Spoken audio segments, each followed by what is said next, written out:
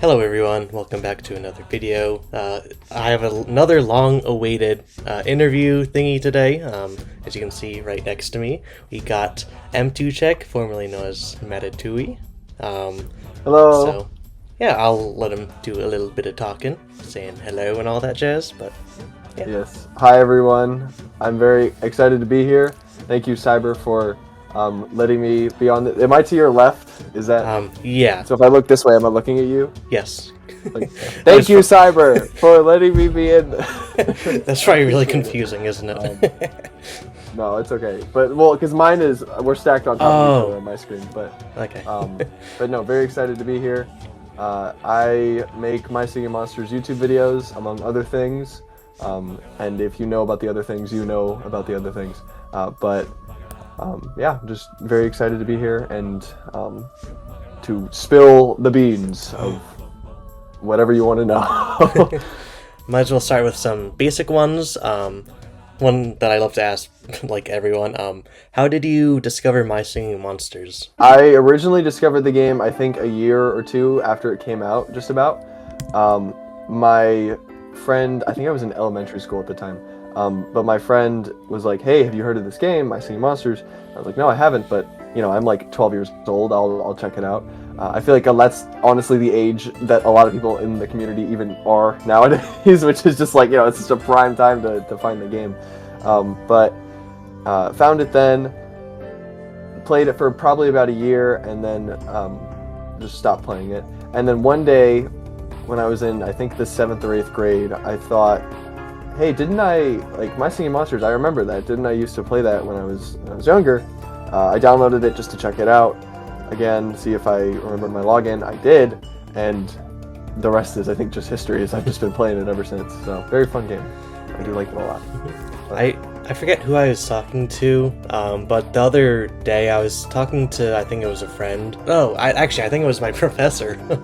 I was talking to my professor because he knows about the game. Yeah. And I was telling him how, like, My Singing Monsters is one of those games where, like, everyone and their grandmother played it, like, back in the day, and, like, you know, right, and since forgotten about it. And then when you bring it up, they're like, oh yeah, that game is like my childhood. Like, I feel like that's kind of the state that the game is in for a lot of people, which... Yeah. I mean, I'm not going to complain. I feel like if I came up with a game that people were, like, look back on fondly as, like, a childhood game, I mean, I'd consider that a win, so... Yeah, I think it's very nostalgic, I think, but yeah. For sure.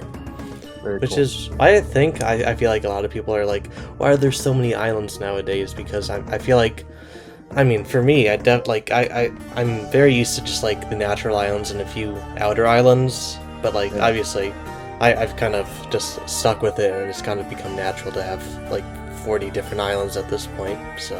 Yeah, I know. It's interesting. It's cool. I'm glad they keep adding them, too. They keep it fresh, which is really nice, but...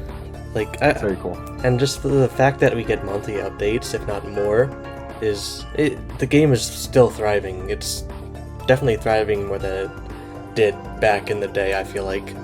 Like, it's getting so many, like, UI changes and just, like, new variants and all that stuff. I feel like it's doing well.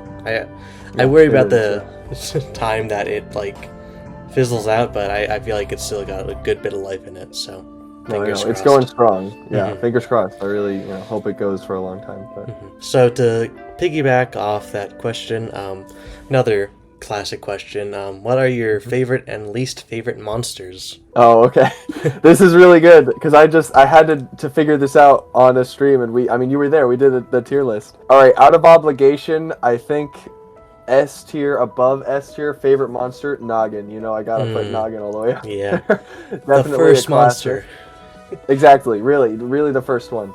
But just like personally, I think, you know, obviously I gotta list, like, you know, Mammoth, Furcorn, Quibble are classics, and also ones that I just really am fond of. Some of the newer ones that have come out, I think Teeter Totter has been one of my favorites. Not really for what it contributes musically, but just because it's, like, two little guys, and I don't know what it is about the little guys, I just really like them for some reason. So anything that's like a small little creature is just like my favorite thing in the world. And Teeter Totter is 2 of that, so, you know. And then also, I've come to realize any monster that is just always happy. So Reedling is an example of that. It just has a big old smile on its face. And then more recently, Fandhole.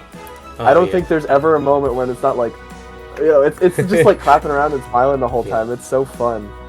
So that one's been one of my favorites. And then I think least favorite, this might lead into another question that you have, but I think one of my favorite islands is Fire Oasis and has been since it came out. But what I've not really liked are the Fire Oasis updates that we've been getting. I think the Woolboxes have been good, but everything else has not been. Or except Cherubble too. Cherubble was good. Oh, yeah. Spirit is very funny. Gobbledygord is kind of funny, and then Mimic is just not very good. With one of them, I think it's fine, but with all 3 of them, it's just like, come on, really? So I think one of my least favorites has probably got to be Mimic. I think it's a cool concept. I think it's very nostalgic for the community, for those of us who have been in it for so long. But it is not very musical, and that's I think why I don't like it. Is just because it's just awkward, and it's not like a good awkward. It's just turn it all the way down because it's not very good. But, that and Boskus. I think Boskus is. And some people were upset at me for this, but Boskus just does not add anything really to songs, at least in the main game of My Singing Monsters. It's just kind of copies what other monsters do. Another Mimic, honestly. So, but yeah, those 2, and then there's others, but the list goes on. Are my least favorite. Yeah, it's like my children. If I ever have kids, it'll be my favorite to my not so favorite. Like I don't dislike any of them. But I don't really like the ones at the bottoms. But priorities. Exactly, that's what it is. Yeah. I think Fire Oasis kind of, at least I don't know if this is like a community agreed upon thing, but definitely it's something I've heard like once or twice, and something that I kind of latched onto is like I feel like it didn't start out like this, kind of like you kind of said, but I feel like it kind of, like, with the more additions you got, it kind of felt like it turned into a more, like, joke song, almost. Yeah, I know. Like, I feel like, Spirit, obviously, is, like, he kind of is, like, butt-headed, like, the whole funny factor of it. Because he's instinctually funny, which I appreciate it about him. But, like, then I think Gobbledygord came before that. But, like, again, those 2 kind of, like, okay, and Mimic kind of round 3, and then I feel like Woolbox was good, but I feel like its animations kind of fed into the idea that it's like, haha, funny island with funny animations. Yeah, so. I know, and it's such a cool, like, I think it's mellow, it's a very mellow island, which I think is very cool.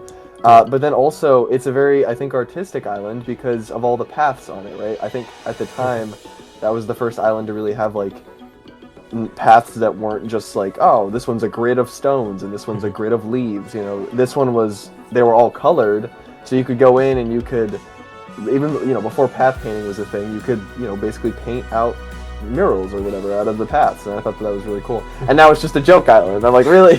Like, this one's so fun, but I don't know. Yeah, it is what it is. Okay, yeah. Like, I'm still glad it's there, though. Like, I will say Kongle, that is Kongle's best appearance by far. Yeah, like, definitely. Definitely carries. Like you said, this kind of went into the next question, which is all good. But that's kind of why I did it. But anyways, what is your favorite and least favorite island? It's more difficult for me to pick a favorite island, I think, than a least favorite. Because there are so many good ones. I can immediately nail down, I think, 2 least favorite ones. And I've said it a ton, so if you don't know this at this point, and this is upsetting you, I'm sorry, but I think Amber Island is really not that great. Yeah. I was thinking about this more in depth the other day. I was actually like trying to form a reason for why I feel this way. And when you compare Amber Island to Gold Island and Magical Nexus, which are, I would say, if there's a category of islands, it's like those 3 are kind of like the ultimate class islands, where it's like, okay, all the natural monsters, and then all the fire monsters, and then all the magical monsters, right? Not Fire Haven. Amber Island is the weakest one by far, just because none of them really do anything. Yeah. For example, Fangler on that island goes na na na na na na, and that's it. That's all it does. It's like, really, like, you are one of the best monsters I think in the whole game, and you have like 5 notes, and that's it. So I feel like it's just kind of a missed opportunity with that one. And if you look up some of the predictions that had come out before all the monsters were released, the predictions are honestly better than the actual island, in my opinion. But so that one's a little annoying. Yeah. And then a more niche one maybe that I don't really like is, or maybe not niche, maybe more honestly, people more agreed upon, is Mirror Air Island. Yeah. Just because they just completely messed it up. It's just, if you have a Woolbox on that island, it just doesn't sound good at all now. It's just unfortunate, but Yeah, I think all Mirror Islands should just get their own trash tier. yeah, no, I know, really, it's the mirror tier, and it's just, except for the islands. The islands are great. Oh yeah, and I feel like, sorry, I feel like the mirror magicals are a little bit above the natural mirrors, but like, still, it's just nothing can beat the original, I feel like. Right, I know, and it's because I think that those are really interesting because they weren't, I think, designed for that in mind. You know, it's like they weren't. I think it works a little bit, right? You just take parts of the song and rearrange them, but I don't know. It's when you just do it to do it, and you're like, yeah, I'm gonna take the Woolbox part and put it in, you know, the nice slow part of the song. It's like, okay, that doesn't make sense at all. No. It's like, why did you do that? You know. But no, I agree with that. But then I think for favorite, like I said, I have a lot more favorites, I think, than not favorites. You know, I'm just going to put them into categories, actually. It'll just be easier. I think favorite natural island, I would have said Earth Island a few years ago, but I think more recently Cold Island has become my favorite. And that might just be because I've spent a little bit more time with it in just like the things that I've made. Like I've made a lot more Cold Island things than I have at really anything else. And I say a lot. I've made like 2 Cold Island things compared to like 0 of everything else. But Cold Island is probably my favorite natural, followed by Earth Island. Fire Islands are both great. If I had to pick one, I'd go Oasis, just because I think it's a little bit better even with Mimic. Magical Islands, Bone is my favorite, but Light is honestly, I think, a good like visual. Like, Light is very pretty. I love that one a lot. Paranormal Carnival, even though it's not completely out yet, I think is going to be a banger, hopefully. Hopefully we won't get another Amber Island, and the monsters will actually keep adding things to the song. That one's really good. Islets, I think Shadow Islet has become my favorite as of recently. Workshop is great, obviously. If I'm missing anything, I think that's pretty much all the classes. But yeah, very, very good ones, though. But really, like, even if I didn't mention an island, like, as long as it's not Amber Island or any of the mirrors, like, it's pretty good in my book. This is a win for all Sugarbush Island fans. Yes, really. I mean, Sugarbush Island is really cool, too. And I'm really interested to see, too, with the club box acts and everything. Like, that's not really an island, but I can't wait for when we have a bunch of those to be like, okay, you know, what's your favorite club box act, and like seeing the tier list for that and everything. I think that'll be really fun. But yeah, I'm really excited to see like everything that comes out of that, because obviously it's like it's making the possibilities that wouldn't necessarily be possible otherwise, which is obviously cool. Because like I don't think we'd ever get a Pomeli Island unless they were like, let's do that one day. But yeah, it's really cool. But for our next question, this one might be an interesting one. If you could change one thing in the MSM franchise, what would it be and why? I feel like this could be something outside of the game. I don't know what that would be. I don't. But if that sparks something, then that's a win. I was gonna say, I think my first thought is the amount of updates we get for like the sister games. If that makes sense. So like Dawn of Fire has been getting more recently, which is really good. But like, you know, and I know you'll agree with me on this one, but Composer is just like kind of, you know, it's just kind of sitting there. And I've found that it is very tedious to use in a lot of circumstances.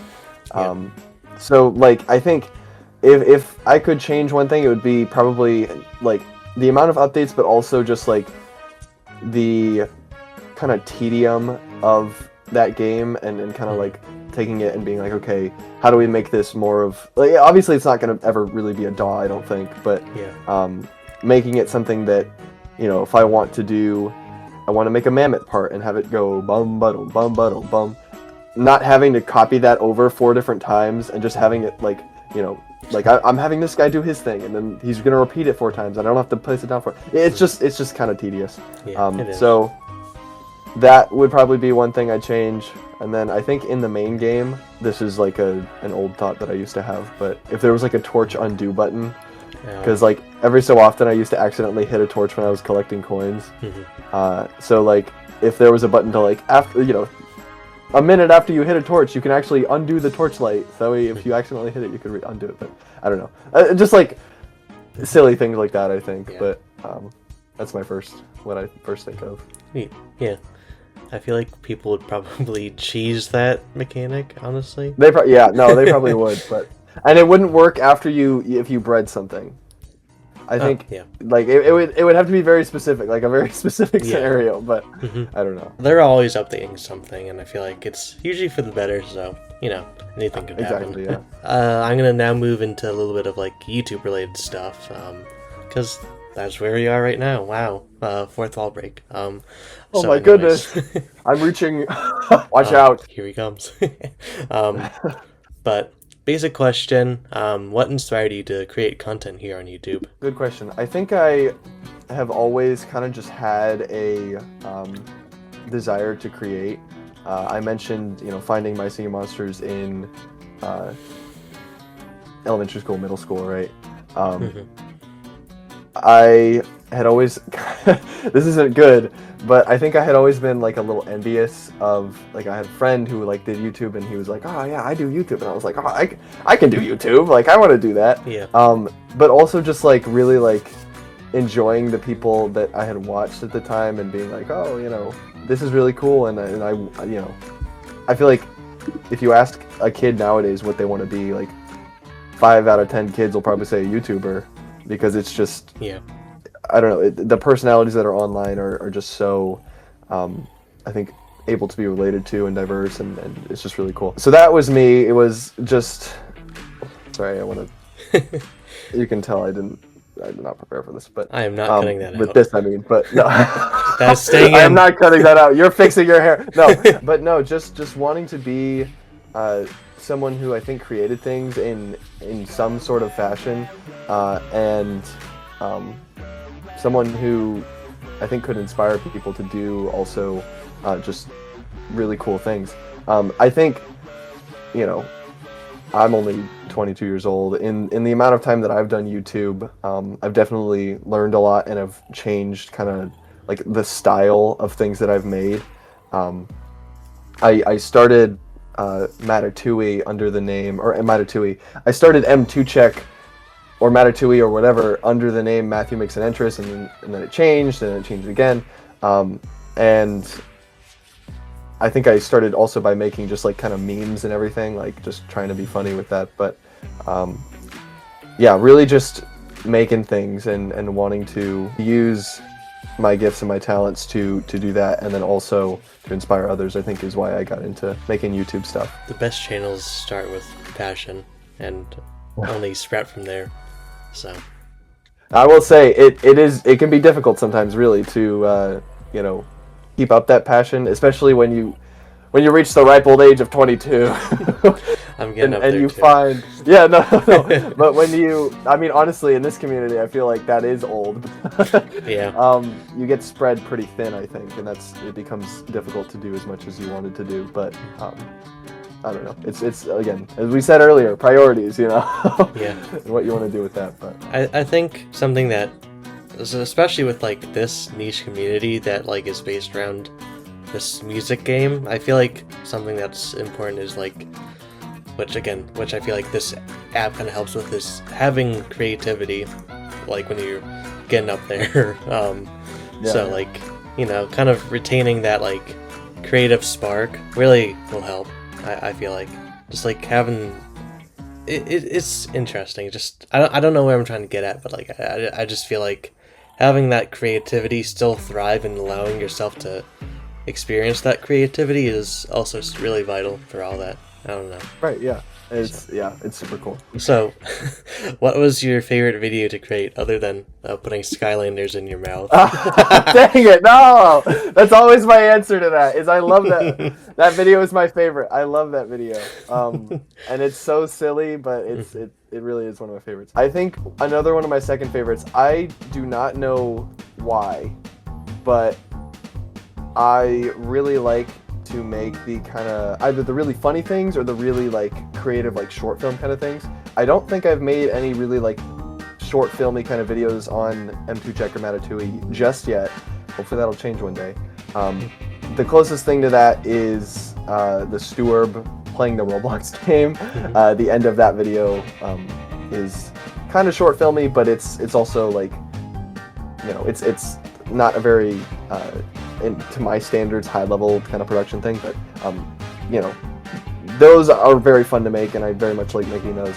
But I also really like making the funny ones, and so that's why the Skylander one is one of my favorites. But another one that kind of fits into that category is, I think the video is called I'm Not Kissing Whiz-Bang This Year, and it's me sitting in front of a shed that we had at our house up north, and just going, I haven't kissed a single woman. I can't keep kissing Whiz-Bang. Just like really playing into that bit, and then Whiz-Bang appears behind me and is like, "Oh man," you know, licking his lips kind of thing, and like, "Yeah, come on, give me a kiss." It's a silly bit. It's kind of a stupid bit, but I don't know. You know, it's something that I guess I've been, you know, blessed to have. So just like I'm just gonna play into it. So that video is very fun as well, and hopefully we'll, you know, if I'm ever able to combine the two genres of, you know, comedy and kind of cinematic, then that'll probably, you know, continue to be my favorite kind of work. But yeah, may I ask what inspired you to stick with the Whiz-Bang kissing saga? Yeah, so great question. I think it was the bit. Like I said, I will almost always commit to a bit. Okay, at least I mean maybe, I don't know. I say that and then I completely back down on it because I'm like, I'm sure there's been a bit that I haven't committed to. Yeah. But that one specifically, I think, you know, something I think that, and this will probably answer your previous question a little bit too, or maybe a different version of a question, but something I've kind of always struggled with in making MSM content is I'm 22 years old and I'm making content about My Singing Monsters, which to a lot of people is a children's game, right? And how do I kind of reconcile that fact with the fact that I want to be a creative person, I want to grow my skills and do all these different things, and I want to also, you know, in my social groups, I don't want to be just known as this guy who like, wow, you know, he's the kid game guy, he's the YouTuber who makes My Singing Monster videos or puts the Skylanders in his mouth, you know. And I think that's been something that I've learned more as like I said, I've done YouTube and everything. But I think at the time of that stream, which was I don't know what year it was, but maybe 2021 or 2 or whatever, but that stream was probably the epitome of, hey, I am a My Singing Monsters YouTuber, I'm gonna own it, and you know what a My Singing Monsters YouTuber is gonna do? He's gonna kiss Whiz-Bang on the freaking mouth. And to me, that was saying like I'm going kind of all in with the game, I guess, and it's such a silly way to even say that, you know, it's you know, like I said, silly, stupid, whatever you want to say about it, but to me that is the ultimate, like, this is as far as I can take this, you know, so I might as well just, I'm gonna stick it there and then we'll see where it goes from here. So then I stuck with it because I think, like I said, I've really kind of learned, you know, and have, I think, more accepted the fact that this is something that I get to do, and that I really do enjoy, but I don't know. I think as long as I can think of funny things to do with that, I will continue to stick with it, and hopefully other people will find it, you know, funny or inspiring too. Yeah, what you said kind of reminded me of what I'm drawing a blank on his name in this moment, but I'll probably put something on screen when I remember it. But like I've seen people react to his videos about like basically he got popular for doing SpongeBob theories, which like how he kind of portrayed his emotions in the videos, like how he didn't really he wanted to be able to pursue his like movie making career, but like he felt held back by like all the popularity that his SpongeBob theories were getting. So Yeah. he like sprinkled like these little like cinematic segments into each of his theories about like why this is happening. Like I won't say everything about it because it's a whole story, but basically there's this thing called a muse, which like he got like infested by, which was giving him like a whole bunch of like great theory ideas for SpongeBob, and he just kept on pumping them out because they were doing a good job. But like he felt held back by that because he got what he wanted. He got like popularity, which he wanted, but like not exactly in the direct avenue that he was looking for, I guess. So I felt like that was kind of like that. Yeah, I think in a similar way, I think it is, you know, it's something that not everybody kind of thinks and not necessarily has a problem with, but it is when you want to be one thing and have found success in another thing, it's like, well, how do I kind of, you know, bring those two things that I would like to happen together? And I think, like you've said, that guy has done a great job. There have been, like I said, with maybe the smaller things, but there have been times where I have tried to, you know, make something kind of cinematic or make something that really has a lot of effort put into it. So I'm able to kind of continue to learn and grow and just, like I said, develop skills and everything. I won't say any experience is good experience, but, you know, my Singing Monsters videos I've learned are really not that bad. And I, like I said, enjoy playing the game and enjoy making them, so yeah, it's very fun. And that's all that matters, really. Right, exactly. But I feel like this is like a great time to transition into the next question, since it was kind of touched on. But like, what inspired the Stoowarb Plays DOORS video? Because like you said, it's like a cinematic thing you did with like a message about like, look at all these content farms pushing out the same stuff over and over and over again. I was mostly just curious, like, what inspired you to make like thing about that subject thingy? I think at the time, just the idea of this character playing this Roblox game was something that I had seen pretty frequently in my YouTube feed or like across, you know, whatever platform or whatever. And I was like, these videos are getting millions of views, you know, why? Why?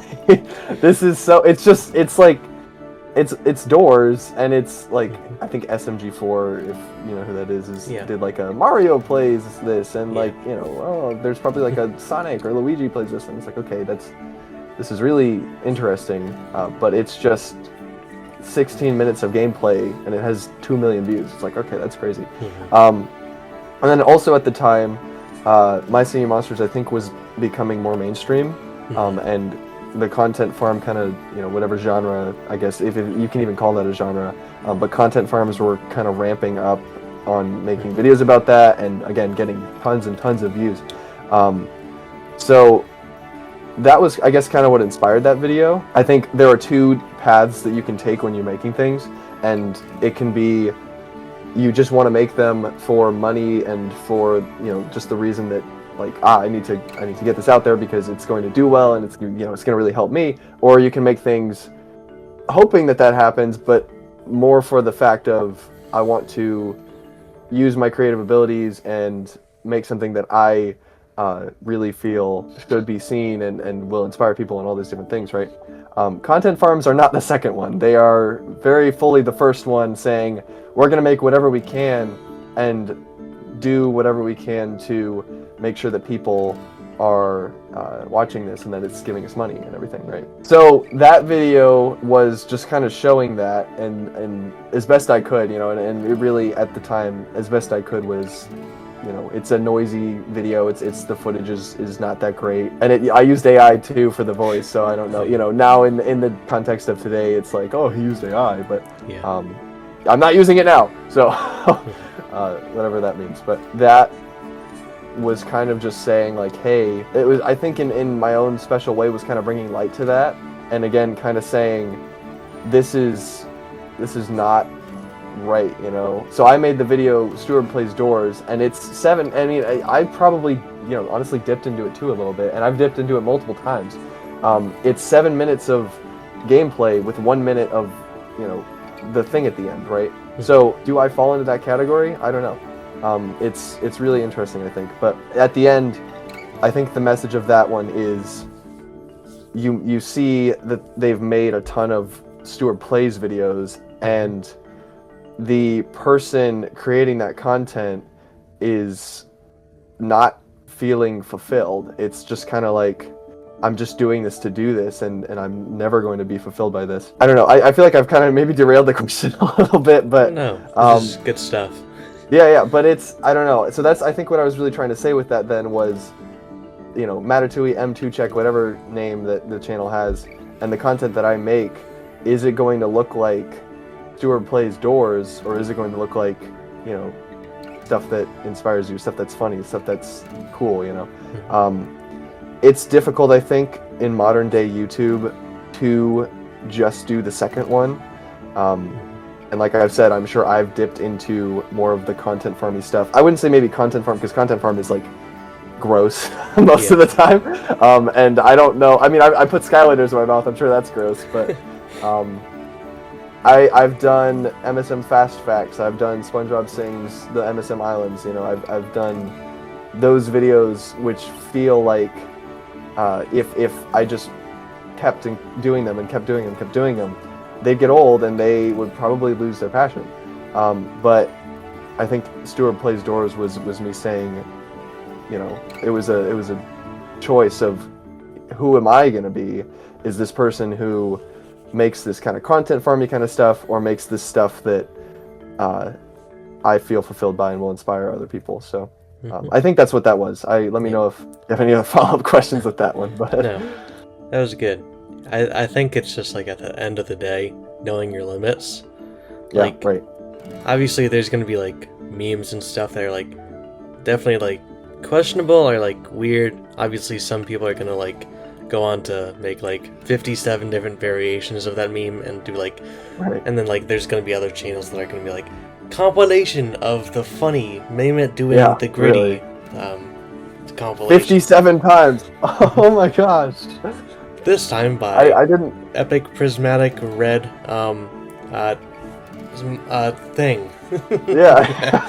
I didn't know I needed to see that. Oh my gosh. Yeah. This video is 3 hours long? Wow. Incredible. Like you said, it doesn't hurt to kind of like dip your toe into something that might be kind of bordering something like that, but kind of just like knowing not to overdo it is one of the best things you can do when doing something like that. So right.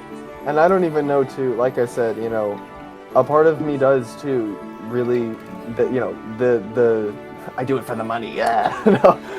But obviously that is a motivator, I feel like, in some cases, really, is you do a video and it does well, and you say, well, okay, you know, do I do this again? I think that's what, hopefully this is not going into another question, but the SpongeBob Sings series, that's what that was I made the shorts for it first, and those did incredibly well, and I said, okay, well, people are asking for full versions of this, so maybe I do the full version. The Plant Island one was the best video I had ever had at the time. I think I was sitting at 4,000 subscribers, and then I just skyrocketed, and that, like, whoo, you know, that video, I think, really, really helped grow my channel. And then it's like, okay, well, I really only wanted to do one of those. What do I do now? Is people are wanting this and asking for this, and I only really kind of wanted to do it for the one thing, but this is doing really well. It's, you know, getting views, it's getting money. It's like, okay, well, what next? You know, and that can be a difficult decision to make as a creator, but I don't know. Yeah. To this day, I still see or hear of like people like asking you like to do like Air Island or something like the next time, which is like, no, I know.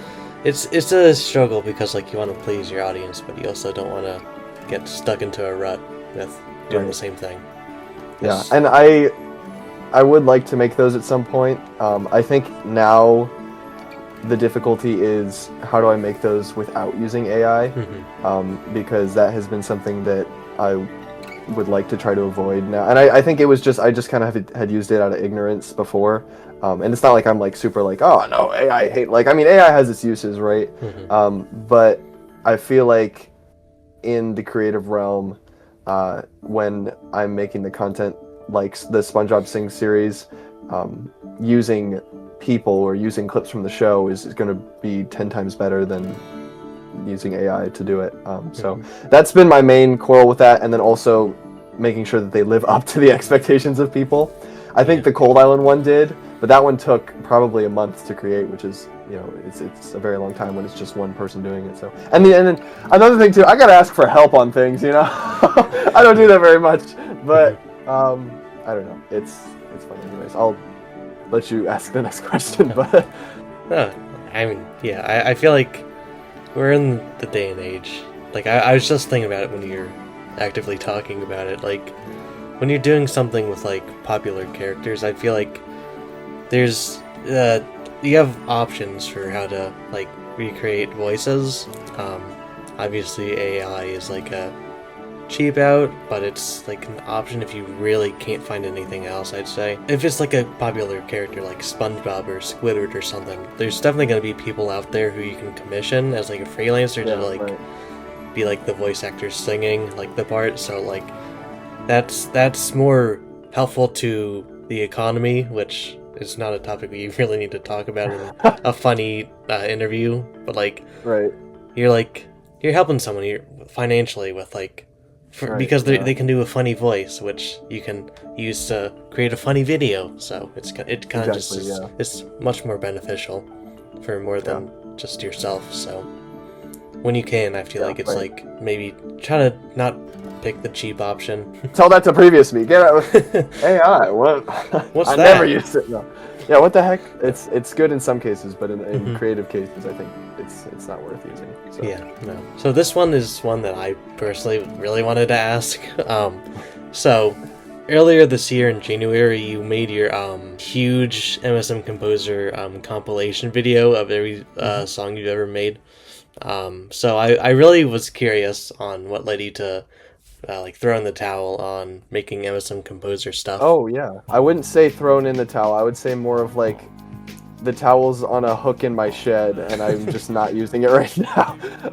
But I think it really is just kind of the tedium of it that I mentioned earlier, and just the wanting to move into another kind of like genre of content. I very much love MSM Composer. I think it's a very good app for what it's worth.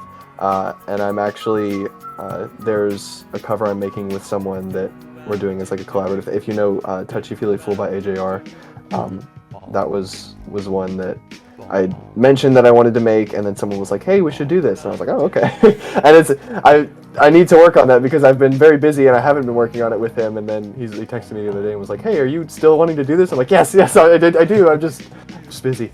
But I think really it is just the wanting to move into another type of content. MSM on YouTube, from what I have learned, is, and I mean, I'm sure you've also seen this too, but composer covers either do really well or don't, and I feel like it's one or the other.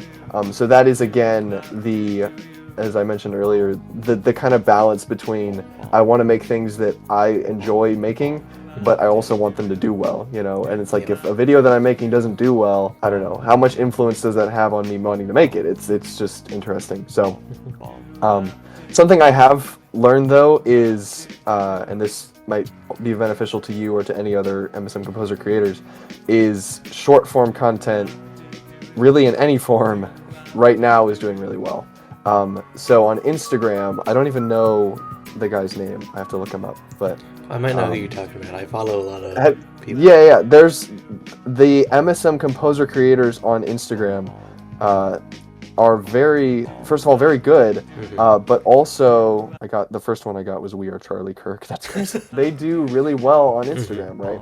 Yeah. And I'm like, wow, that's really interesting that instead of making the typical, like, this song, but it's in My Singing Monsters and posting that to YouTube, just recording it, the short form version of it, posting it to Instagram, posting it to YouTube Shorts, I think we'll almost always do maybe not infinitely better, but you know, it'll just do better. I think it's just the fact that that's really not what I'm wanting to do right now. I want to make more of like the storytelling type content. I think I've been able to do that with that video, the beginning of that video, and then the previous two. I think the Shadow Islet one and the Cookie one are the most two recent.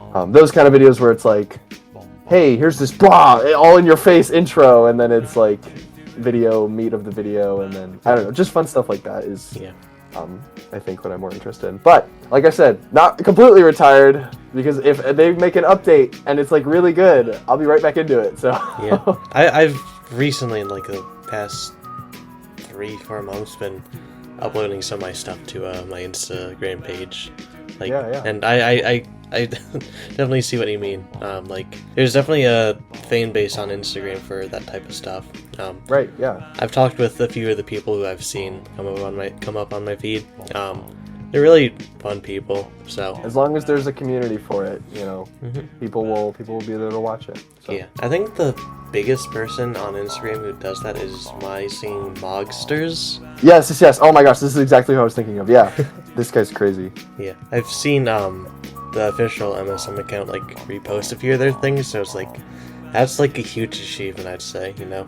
Yeah. Like they follow them too, which is crazy. But the stuff on here, like, we don't have to talk about numbers, but he's doing really well. Yep. Just looking at it, so it's like there is an audience for it, I think, on Instagram, and it's there is. Yeah. Instagram and TikTok and just short form, you know. MSM composer creators, start posting your stuff on those platforms, and you're good to go. But another good question. I feel like we actually kind of talked about that already. But I mean, this could open another can of worms for all we know. But do you have any hopes or desires for your channel in the future? Yeah, yes. Yes. I think End so, of period. That's it. End of question, yeah. Despite not really wanting to be interested in numbers and everything, they are, you know, I can't just ignore them. And mToochek Mattatuille is getting decently close to 100,000, which has always been a dream. And it's a little scary, because I'm like, what am I gonna do? You know, do I just make a thank you video, which I think was what I'm leaning towards, or do I try to make something like that big, like comedy cinematic thing? Or is really interesting too, because it's like I have been on this platform for what did I say in the composer video, 8 years, which is really, you know, that's like, that really is older than some of the people who play the game, and it's a lot longer than the people stay in the community, really, I think. So if I am going to continue making My Singing Monsters videos on mToochek or, you know, wherever else, what does that look like into the rest of 2026, into 2027 and beyond? And the main hope, I think, is building an audience that will be there for it, you know, and enjoy it. I think I've started to see that, I think, a little bit. As you probably know, I've been doing the live streams, right? And it's not like there are a ton of people there watching, but I have found that the people who watch are consistent, and they keep coming back, and they're a great little group of people, and I don't know them personally, but our interpersonal relationships that we share, is that what it is interpersonal, or is it parasocial? Yeah. Our parasocial relationship is incredible, and I love it. Yeah. But continuing to build that, and remembering, you know, no matter how many people show up, that, you know, I don't want people to feel like they're like the viewer. They're more of like in a community, you know, because I think that's very important. So that's why, like, in streams, for example, I'm like, we start the stream and I'm like, hey, this person, this person, this person, and it's really easy now. I'm able to read out everybody, but I wonder if there will be a day where it's like it becomes difficult, and how will I be able to make sure everybody feels included, maybe, or involved. And I don't know if that's possible, but I don't know. I think as long as I am able to inspire people to make really cool things, I think that I've done everything I have to do. So, but I don't know. mToochek is fun, and I love My Singing Monsters. So as long as the game is there and I love playing it, I think I'll be making videos in some form, even if it takes me a year to make them. So, but big picture, I'm sure it's a pretty picture. I just haven't seen it yet. I'm rooting for you. I No, know you're gonna make it to 100,000, because yeah, it's exciting too. And I mean, I also, you know, I know it's my interview, but I hope that you reach it too someday, and that Thank you. the smaller creators out there too. Like I mean, because you guys also like make great stuff, and it's just really cool to see everything. But mToochek 10,000. I hope to change my name before then, at least. Yeah. That should be a requirement, but I don't know. We'll see. I'm excited to just see all these new creators just pop up. I've already seen so many like creators pop up, and I feel like we really both cool. have similar ideologies, and we just want to inspire and just have fun with what we're doing. So, Right. Yeah, that's really cool. But yeah. I don't know. We'll see. Yeah. The day I hit 100,000, if I do, It'll be a good day. It might be the day I cry on camera. Yeah. No, you got it. I wonder too. I'm like, I don't even know. This probably will sound fun, but I'm like, I think it used to be about like getting the plaque and everything, but I'm like, I don't even really. Yeah, like I said, I'm more scared, I think, to hit it now than anything, because I'm like, what do I do? Yeah. I think before I was like, I have to hit 100,000 because then I get the little YouTube plaque, and then I get to show, this is all the work that I did. But I'm just like, I don't know. I think my mindset has changed about it, and maybe that will show in my work, maybe it won't. But Yeah. I don't know. I think I've been real the whole time, but to be even more real, no. It's like, I wonder if people like, here's an example. The MSM Curator Club is a cool thing that I have been, I guess, fortunate enough to be a part of. But when I got into it, MPG had sent a message and was like, "Oh, Mattatuille, new guy on the block," and I was like, "I've been doing this for like 7 years, bro." Like, I'm not new, but I think it becomes like the channel has been in like waves of like, I think that's kind of it's a very unique thing about the community, is like, or maybe not about the community, about how I make things at least, is I do them in waves, and I guess it's just whatever wave you were a part of is what that looks like. But I'm like, oh no, I've been doing this for a while, and so have you, and it's just it's I think people don't realize that, but and not that they have to, but it's something cool that like you have experience with it, and kind of interacting with people and doing different kind of things. So I was gonna put a Curator Club question on here, but I didn't know if it was like uptight security. No. I don't think it is. I actually don't know. I don't know whether or not it's like secret or exclusive, and I communicated this to them. They sent us forums of like, hey, give us your feedback about how it's been in the Curator Club, and one of the questions was like, just what is your honest, like, how has your experience been since you've joined? And I'm like, I don't really know. Like, it's been good, and I think it's been very fun, and I really have enjoyed. I don't really talk that much. We're in a Discord server. I don't really talk that much in the Discord server, but it's cool that like if I want to collaborate with or communicate with any of these MSM creators, I'm able to, like, kind of really easily, or the monster handlers, right? But then I'm also like, I don't think the community really knows what this club is, like what this is, or like that it even exists, because it's like, I feel like people mention it and they're like, what is that? But then also, I don't think the community knows the creators that are in it, which is fine. Not that they necessarily have to. It's just like, is it a big deal or whatever? And then I never know what is public information and what isn't. So it's like, can I share that we got this thing for this update, or should that be something that I keep to myself? Or do I share like, oh, hey, this creator's in the club, like, or is that something that they need to share? It's like, I don't know. I feel like it's still in like beta. But I have no idea why they added me to it. I hadn't uploaded anything for like a whole year at that point. And I got an email and they were like, "We want you to be a part of it." I'm like, "Did you see the Whiz-Bang video?" Like, you sure? But I don't know. Hopefully there will be some more creators in that soon. But. Yeah, as far as I can tell, it's still invite only. So, which I feel like implies that at some point you're going to be able to, like, people are going to be able to apply to it, which. Again, which kind of is like, I guess it's still probably in beta. They're still probably figuring things out. Yeah. If there's one thing though, I hope that they don't stop it. Like, I hope it doesn't just like, that was a fun experiment, now we're gonna close it down. Because I really think that if they like, like a lot of things MSM related, if they really put the time and the effort into it, it can be something really great. And I think they just need to, work on it. I don't know if this was exactly what you were saying earlier, but you, like, I something you said was, like, how, like, you realize, like, all these people in the community that are, like, there that you've never seen before. Like, I feel like that's something, I haven't had this experience recently per se, but, like, I've definitely had the moments where, like, I see a channel, like an MSM channel, like, and I'm like, oh, cool, what's this channel about? They seem to be doing pretty well. I go to their channel and they have, like, way over 100,000 subs. I'm like, whoa! Oh, yeah. I've never seen them before.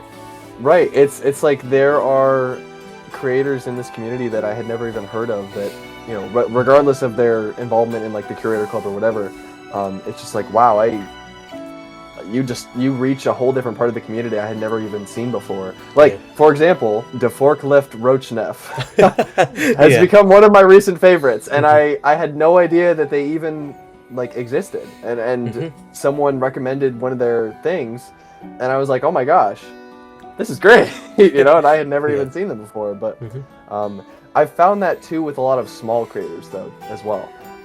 There are a recent one that I've seen that I haven't ever interacted with, partly because I'm a little scared to, and I don't want to. I feel like when a larger creator comes into a smaller creator's kind of like area, it's like, oh my gosh, it's this big creator. It's like, no, I'm not. I'm just a guy. So I'm like, I don't want to really ever steal somebody's thunder or anything like that. But All-Star Monstering has been one that I've seen a lot in my feed. He's someone that live streams, does. I haven't watched all of his live streams, but he does a lot of reaction stuff and reacting to game content, doing some very fun things. And I think his community is pretty tight-knit. Another one is like MSM Guru. I think has been uploading shorts and stuff and also live streaming. He's done some pretty cool things. And then there was a third one. Crazy Cobra is another one. Yeah. He doesn't. I think he live streams a little bit, but I think does he have 10,000? I think he's close. Okay, but like he's another one though that I think he makes really good, really informative content. Yeah. And he's more just of a smaller creator, and I'm like, this guy, this is a cool guy. A fourth one that I just thought of, Mr. Leaf is another one too that he made a video about the club box recently that I watched, and I was like, this is a good video. But numbers don't matter, because as long as you're making good content, it's good content, and I think I've really learned that by looking at these smaller creators and seeing like, the stuff that they're making is really good, and maybe he only has 8,000 subscribers, but I'm one of them because I really enjoy the stuff he makes. So it's a cool community. It is. It's like we live on a street corner or something, and everybody knows each other, but we don't, and then we go find someone new, and it's like, oh my gosh. But I don't know. New person in town. Hello. Yeah. Everybody goes to say hi. So, a nice little question I like to always ask. What advice would you give to an aspiring MSM YouTuber? MSM or otherwise, if you are wanting to start creating content, consistency is key. It's like going to the gym, and I have neglected the gym for a long time, but just recently I've started, continuing to go again. Something that I've always been told with that is being consistent is the only way you're going to see growth, and it's the same thing with YouTube. I have not been consistent in the content that I create, and my growth has been but to the smaller creators, or to a creator that is just starting, or to a creator that's thinking of starting and hasn't started yet, I'd say do it, commit to it, don't doubt yourself, because I think, as long as you really believe that you can make some good things, you can, and then be consistent with it, and keep doing stuff, because as long as I think you're doing stuff, you will find your target audience and be able to reach them. And then there are practical things with that too. Look up videos on how to make more engaging videos, maybe, and other things like that. But as long as you are consistent, that's your main thing, and you'll learn and you'll grow as you go. But 8 years, don't take as long as 8 years. That's or 10. Or 10, yeah. I mean, no, don't worry. Once you hit a certain point, it's less about, oh, he's been doing it for so long, and more about, he's a veteran, yeah. I respect him. No, but just do it. You got it. Yeah, that's the final question I got. Okay. If good. you have any closing remarks, speak your mind now or let it forever. I was gonna say thank you. Thank you for not asking anything about my, criminal record. I really do appreciate that. Oh wait, about that. I missed a question. Thank you for having me. I very much appreciate you. I mean, I don't ever know how this stuff works. Maybe I'll be back. Maybe you'll see more of me. Maybe not. I'm an enigma. This big space right here is just for that bit now. You can just, my mind is an enigma. The inner mechanisms of my mind are an enigma. But no, thank you for having me. It's been very fun. Yeah. Someone keep a counter of the number of times I either touched my face or did this with my lips, because I think I did it a lot. But... Oh, my count is probably higher. Scratch my head. Oh, is it really? I have a bad habit of that. No, it's okay. And I was like, oh yeah, it'll, let me make sure. No, it's fine. But someone keep a count. We gotta have a count up here or something. But yeah, or I mean, if someone comments it, I'll pin your comment. Yeah. That's your reward of the exactly. $0 cash prize. Right. I do things. I stream, among other things, on Mondays. If that's something you want to check out, at mToochek. I'm there. He's there. He's helping me moderate. He's helping me moderate. Oh my gosh. But yeah, those are very fun too. So, this is not my channel though. So subscribe to Syburr and listen to what he has to say now. So yeah, what I have to say is, Uno Reverse, subscribe to this guy. Get him to 100,000. He deserves it. His editing is like some of the best in the community. So it's addicting. Thank you. But yeah, yeah, it's very fun. I should do MSM editing classes. That'd be really fun. Yeah, but you could go on Fiverr as like editor. Yeah, well, that might be a lot of work. I don't know. How to edit MSM videos and to do them quickly and not have them take a month to make is the class that I should take it, honestly, but I don't know. But yeah. Anyways. Yeah, check him out. He makes really fun content if you like music. I mean, I'd assume you like music if you're in the MSM community. I'd hope so. But yeah, just check him out. It's always a fun time. But yeah, I hope you all enjoyed. Yeah. And thank you for joining me, Matt, for this thing that I haven't done in a long time. Thank you for having me. Of course. It's all right. But, hopefully many more. Yep. But yeah, I hope you all enjoyed. And with that being said, I'll see you all later. Bye.